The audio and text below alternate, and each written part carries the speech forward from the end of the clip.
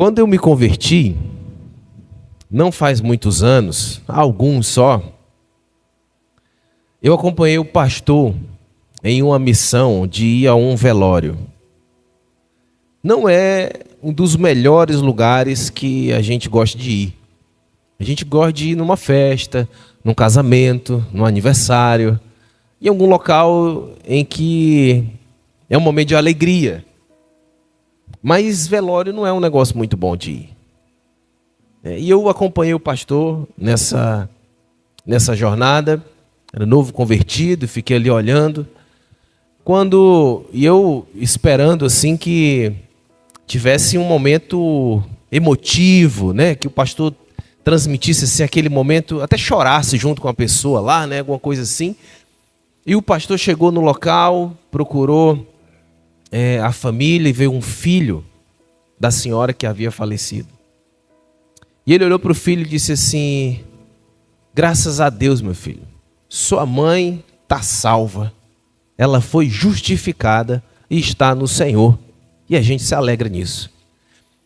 E eu não sabia o que isso significava. Porque tem algumas palavras que a gente escuta que a gente não sabe o que ela significa. E essa palavra, acho que foi a primeira vez que eu ouvi. Justificada. Ela foi justificada. Salva eu já tinha escutado, mas essa palavra justificação foi a primeira vez. E saí daquele local sem entender o que isso queria dizer. E muitos de nós, às vezes até caminhamos algum tempo já na fé e não entendemos o que realmente significa você ser justificado. E é exatamente sobre isso. Eu quero que você saia hoje daqui entendendo, compreendendo a palavra de Deus com clareza e você ter a certeza de que você é alguém que foi justificado por Deus através de Jesus. E por isso eu quero que você abra, para isso eu quero que você abra a sua Bíblia em Romanos capítulo 5. Abre lá em Romanos capítulo 5. Deixa a sua Bíblia aberta, porque a gente vai, no decorrer da mensagem, olhando, analisando alguns textos que vai trazer entendimento sobre o tema para você. Através das cartas, o apóstolo Paulo, ele vem doutrinando a igreja. E essa igreja que nasceu na capital do Império Romano, ela necessitava de que o apóstolo organizasse as suas convicções.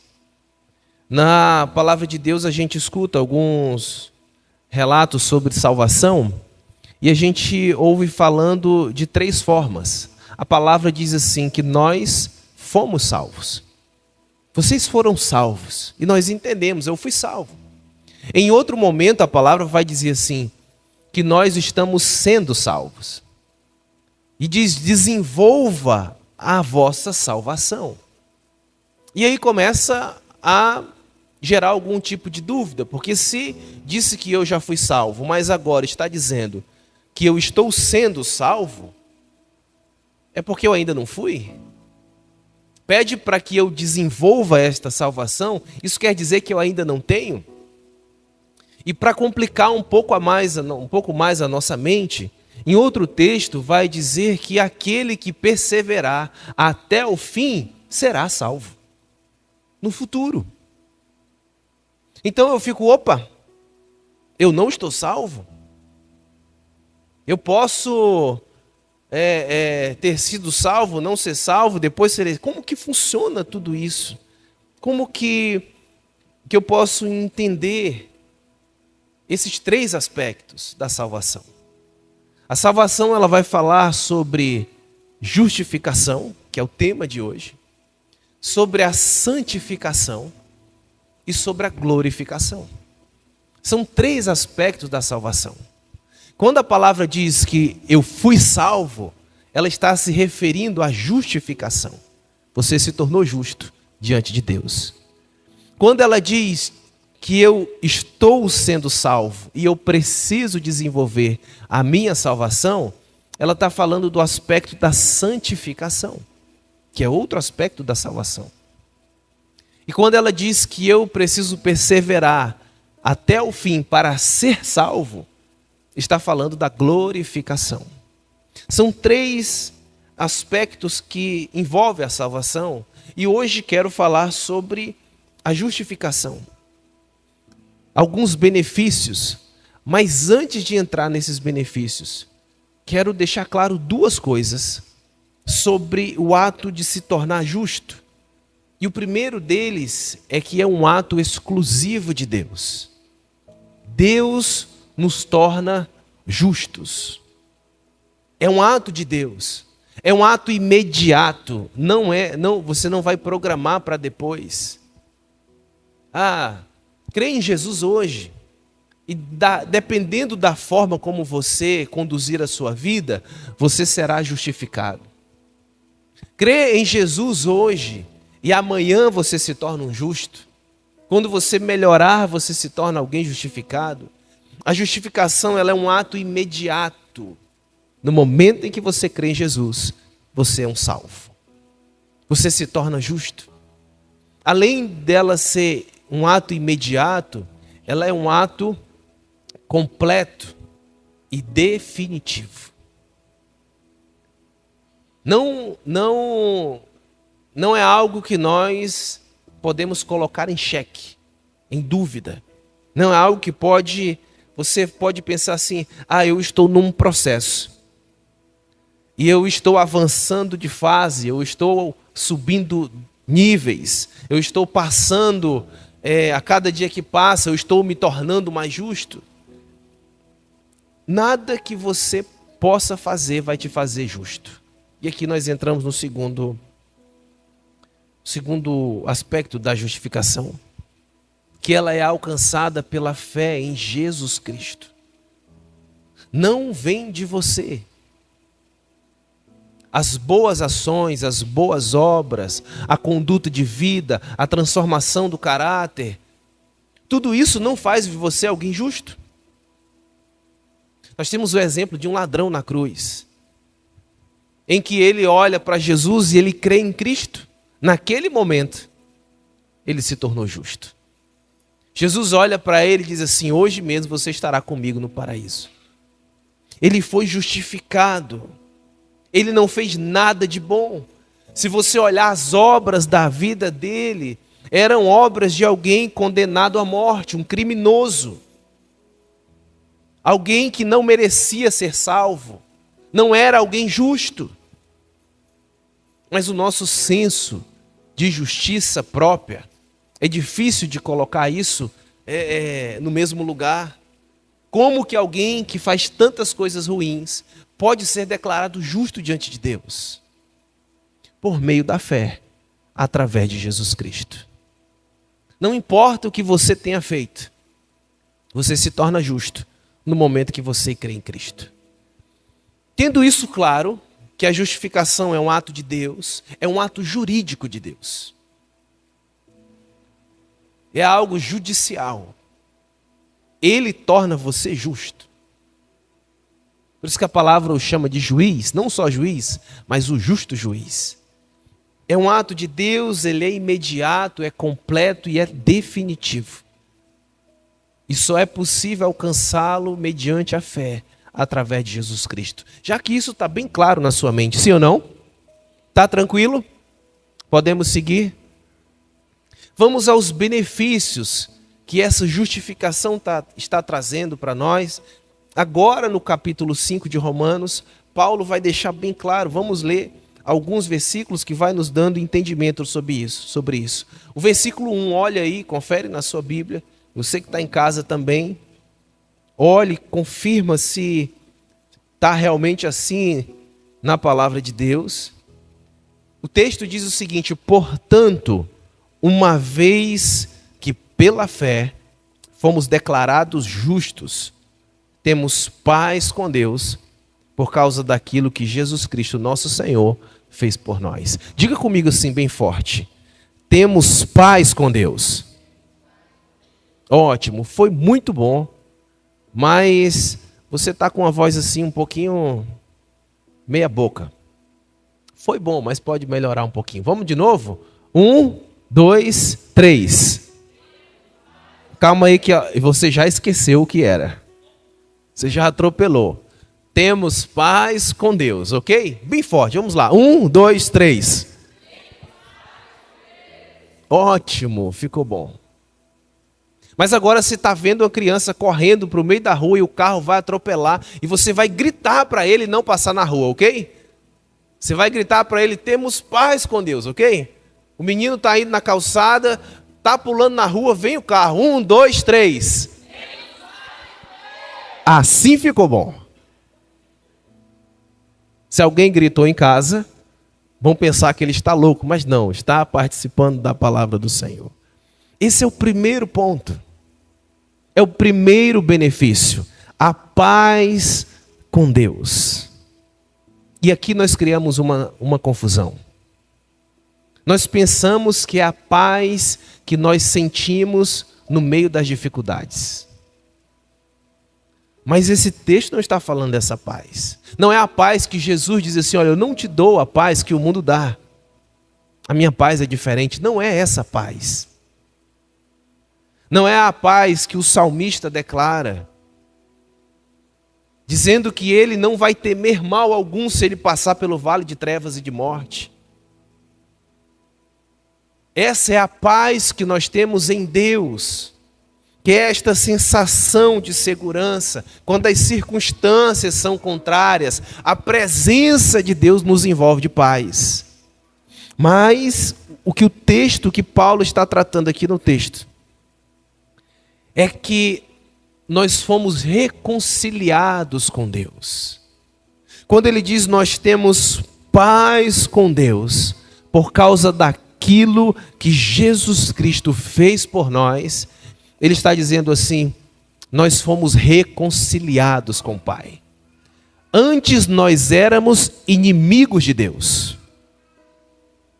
Éramos rebeldes, estávamos debaixo de rebelião. O verso 10 vai dizer isso. Se você for comigo até o verso 10, que ele diz, pois-se quando ainda éramos inimigos de Deus. Gente, isso é forte. Você é rebelde contra Deus. Você é alguém contrário a Deus. Você é alguém que resiste a Deus. A pessoa que não conhece a Jesus, ela é inimiga de Deus. E às vezes a gente faz uma pergunta assim, onde Deus está? No meio de tanta coisa ruim que acontece. Mas o ser humano, sem Jesus, ele é inimigo de Deus. Ele resiste ao Senhor. E Paulo está dizendo assim, olha, toda a barreira que nos separava, a barreira do pecado, que nos mantinha distante de Deus, ela foi removida. Ela foi destruída. E por causa de Jesus Cristo, não somos mais filhos da ira, mas somos filhos do seu amor. Olha como tem um filho de Deus lindo aí perto de você. Eu não gosto de pedir para as pessoas repetirem alguma coisa. Mas diga para ele assim, você é um filho de Deus, lindo. Quando eu olho para você, eu não vejo você, eu vejo Jesus Cristo. Por isso que tu é lindo.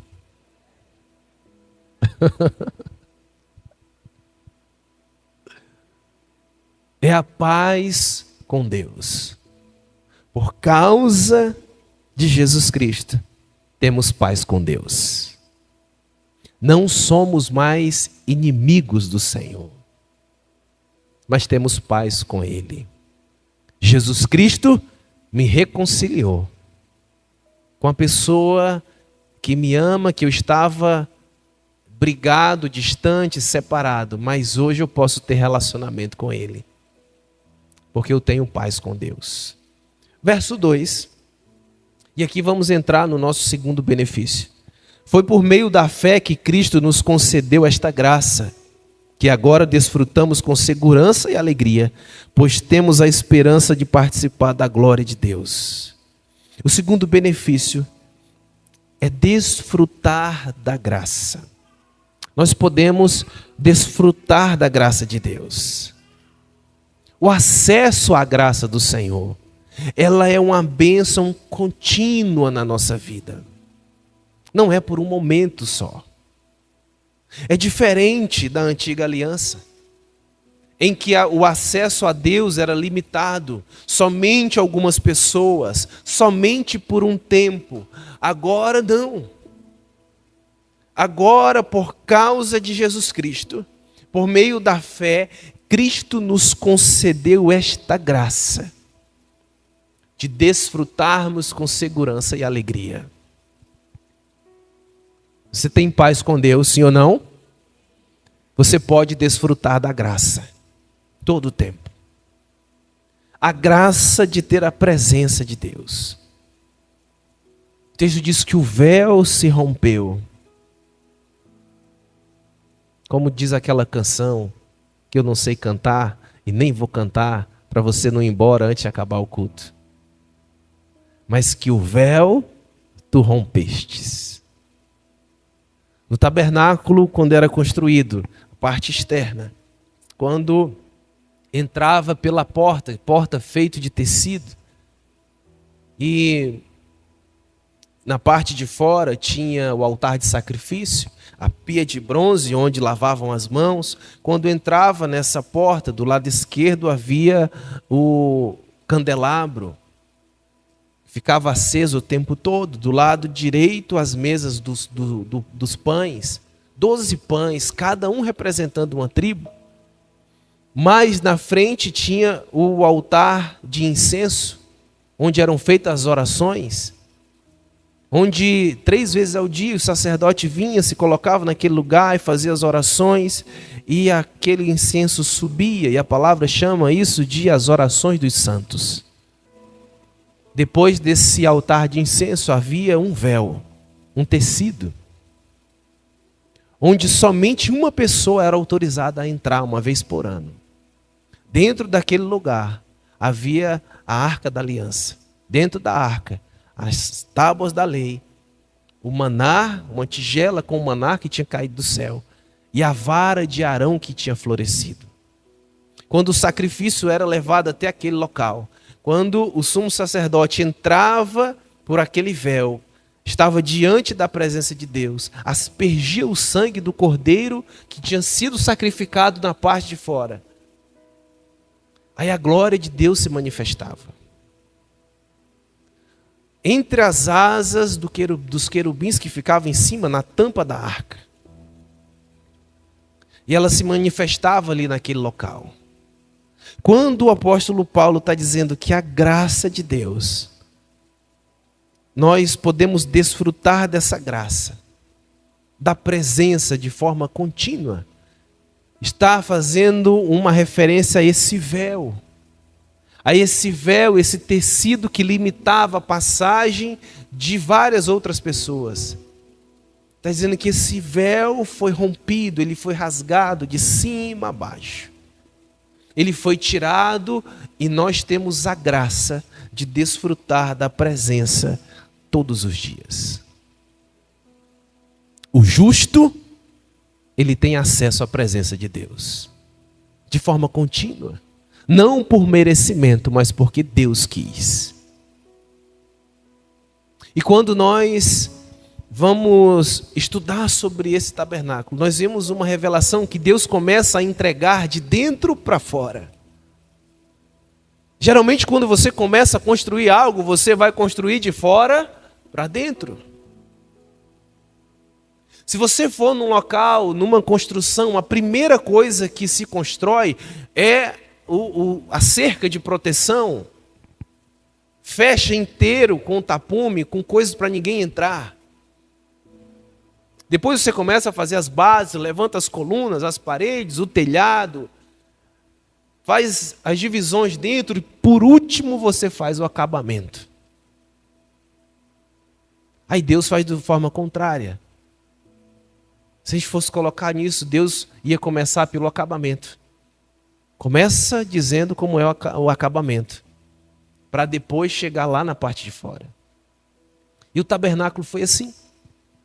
Primeiro Deus entrega a arca. E vai de dentro para fora. Deus vai se revelando ao homem quem ele é.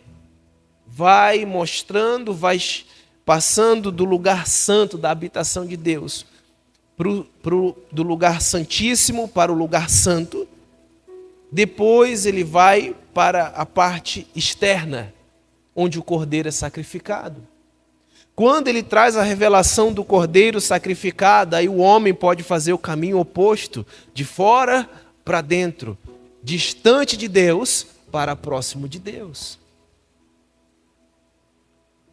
Nós podemos desfrutar da graça, da presença, com alegria, com segurança, porque nós temos paz com Deus e garantia da eternidade.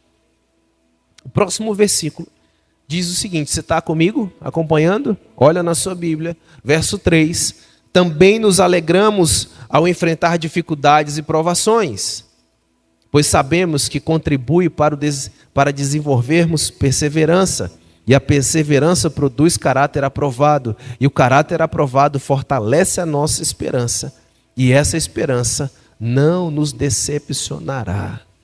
Quantos passam ou vão passar dificuldades e provações? Diga glória a Deus aí, meu. Todos nós. Todos nós passamos e enfrentamos dificuldades e provações. E aqui nós entramos no nosso terceiro benefício, que é a alegria na dor. Olha que coisa diferente. Como é possível alguém se alegrar na dor? Como é possível alguém enfrentar dificuldades e provações e mesmo assim ter alegria? É alguém que foi justificado. Alguém que se tornou justo diante de Deus. Porque o justo, ele não é preparado somente para viver a eternidade, mas ele é preparado para enfrentar essa vida que nós temos, e essa vida cheia de dificuldades e cheia de provações. Aquele meme, o pobre não tem um dia de sossego. É assim. O pobre não tem um dia de sossego. Poderia mudar o nome, dizer assim, o crente não tem um dia de sossego. É saindo de uma batalha e já entrando na outra. Eu não sei nem por que a gente tem pressa para sair de uma guerra. Eu não entendo. Eu vejo alguém e diz, pastor, eu não aguento mais viver essa provação. Eu quero sair dela. Eu fico pensando assim, vai cair em outra. E geralmente a próxima sempre é mais difícil.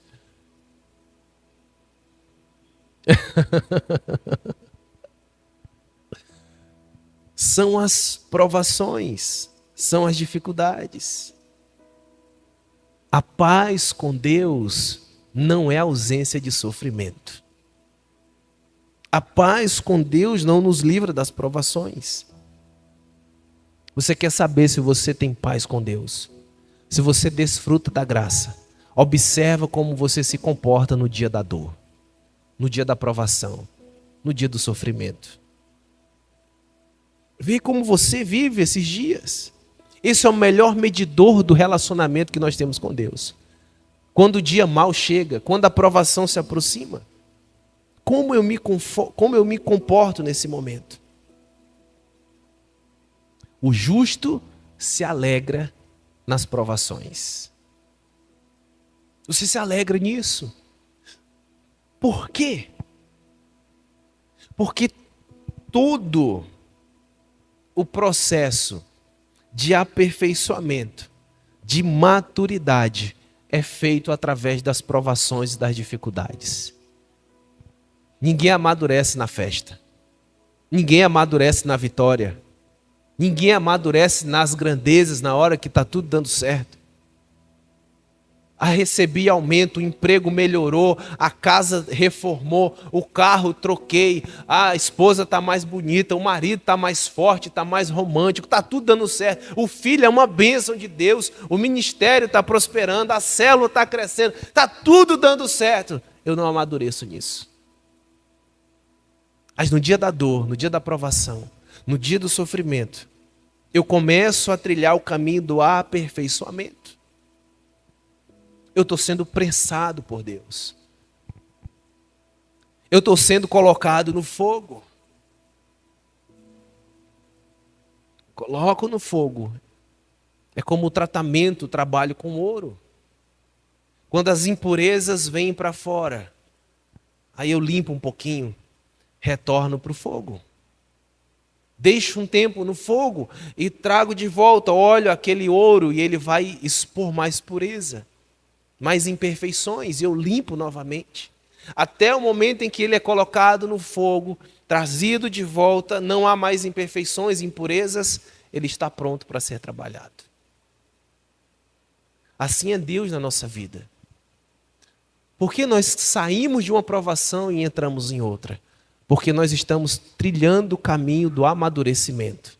Você está se tornando maduro. Você está sendo aperfeiçoado.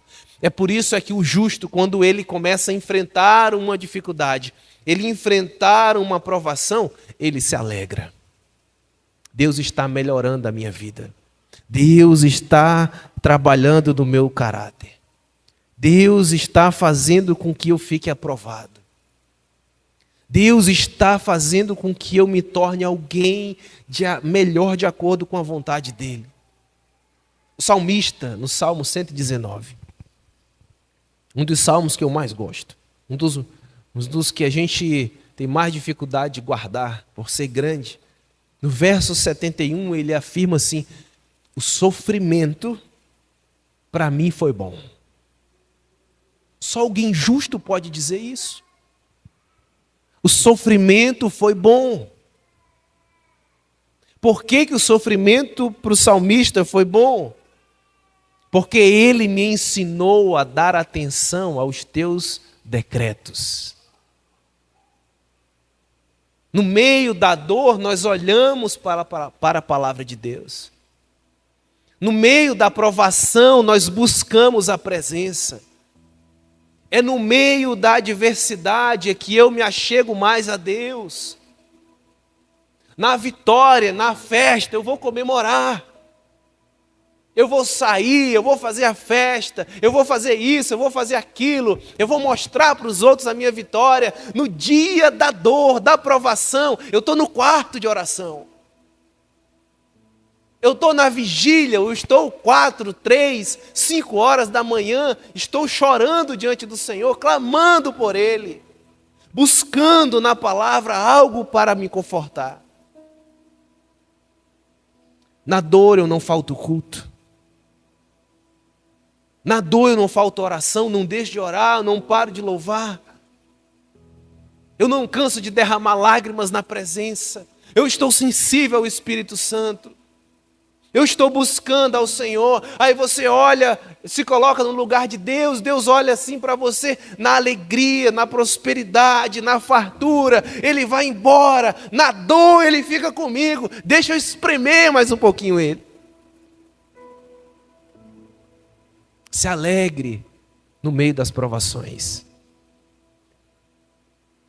Porque você está mais sensível, mais atento aos decretos do Senhor. Ao Espírito Santo. Você jejua mais, você ora mais, você busca mais. A alegria no meio da provação. É um benefício do justo de ser justificado. Eu estou sentindo dor, mas eu estou alegre no Senhor. É o que Paulo diz a Timóteo: Timóteo, se alegra comigo nos meus sofrimentos. É alguém que tem a presença de Deus. Verso 5. Pois sabemos quanto Deus nos ama, uma vez que Ele nos deu o Espírito Santo para nos encher para nos encher o coração com seu amor. Quando éramos completamente desamparados, Cristo veio na hora certa e morreu por nós pecadores. É pouco provável que alguém morresse por um justo, embora talvez alguém se dispusesse a morrer por uma pessoa boa. Mas Deus prova seu grande amor ao enviar Cristo para morrer por nós, quando ainda éramos pecadores. Louvado seja o Senhor. O outro benefício, o quarto, é que nós somos cheios do amor de Deus. Quando nós lemos que o Espírito Santo foi dado para nos encher o coração, essa expressão, encher ou derramar, quando ela tem um significado na sua palavra original, que traz um entendimento de distribuir amplamente, ou de abundância, derramar com abundância, entregar com abundância. E o verbo da palavra não está conjugado. Traz alguns entendimentos. O primeiro deles é que o amor de Deus é doado sem limites, em fartura, em abundância. Deus não vai te amar só um pouquinho assim. Tal pessoa Deus ama de forma grandiosa, e Deus ama de forma pequenininha. Isso não é verdade. O amor de Deus é doado sem limites. Podemos entender também que o alcance dele é total. Se não há limites, ele chega a todas as pessoas. E quando ele chegou na sua vida, ele vai chegar em todas as áreas. Deus ama você para te abençoar em todas as áreas. Para você ver a graça dele em todas as áreas. E o amor de Deus, ele não é algo que foi doado no passado. Nem é algo prometido para o futuro. A palavra no original do derramar, ela é como se estivesse presente independente do tempo que você viver. Ontem, Deus amou você. Hoje, Deus ama você. Amanhã, Deus amará você da mesma forma. Independente do tempo, o amor de Deus nunca acaba. O amor de Deus jamais acaba. Esse amor que é provado na cruz. O que é prova de amor? Olha para a cruz.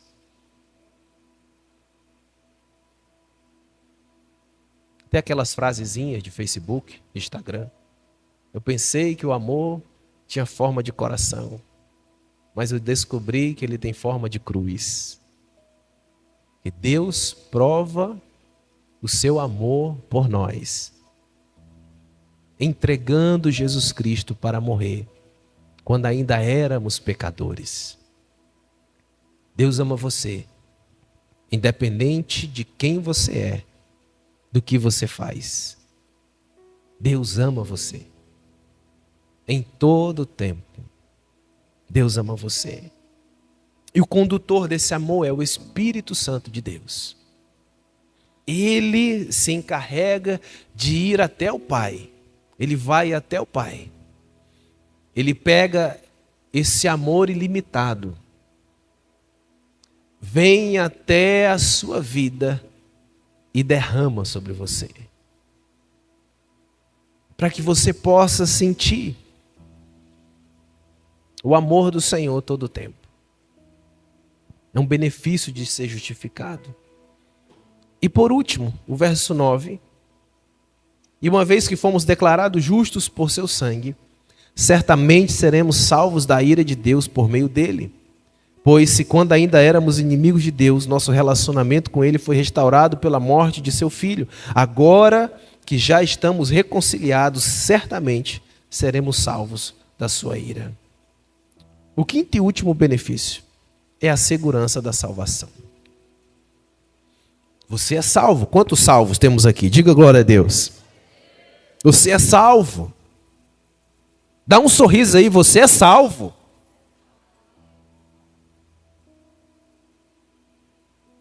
Você não é só membro da igreja, discípulo da igreja, frequenta uma célula, participa dos cursos, das escolas, da universidade da vida, do encontro, da capacitação destino. Eu participo do discipulado. Não, é muito mais que isso, você é salvo. Nós vivemos e não compreendemos o que é isso. Ser salvo. Ter segurança. A salvação começa no ato de justificar.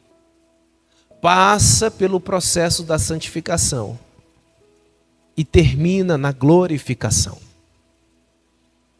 No dia da vinda do Senhor. Essa segurança, ela faz com que vá embora toda a inconstância. Em que você hoje está bem, amanhã você está mal. Em que hoje você está firme, amanhã você está balançando. Em que hoje você tem convicção da sua fé, amanhã você está negando. A certeza da salvação. Essa convicção, ela faz com que você tenha uma caminhada segura.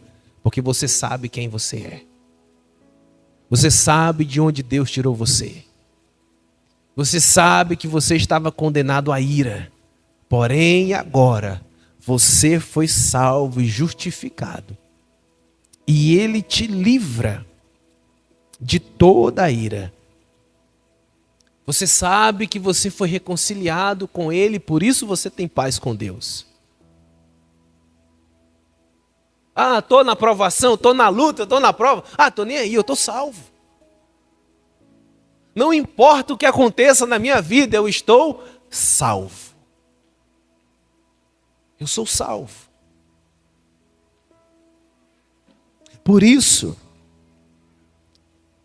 o verso 11 diz: agora, portanto, podemos nos alegrar em Deus, com quem fomos reconciliados por meio do nosso Senhor Jesus Cristo.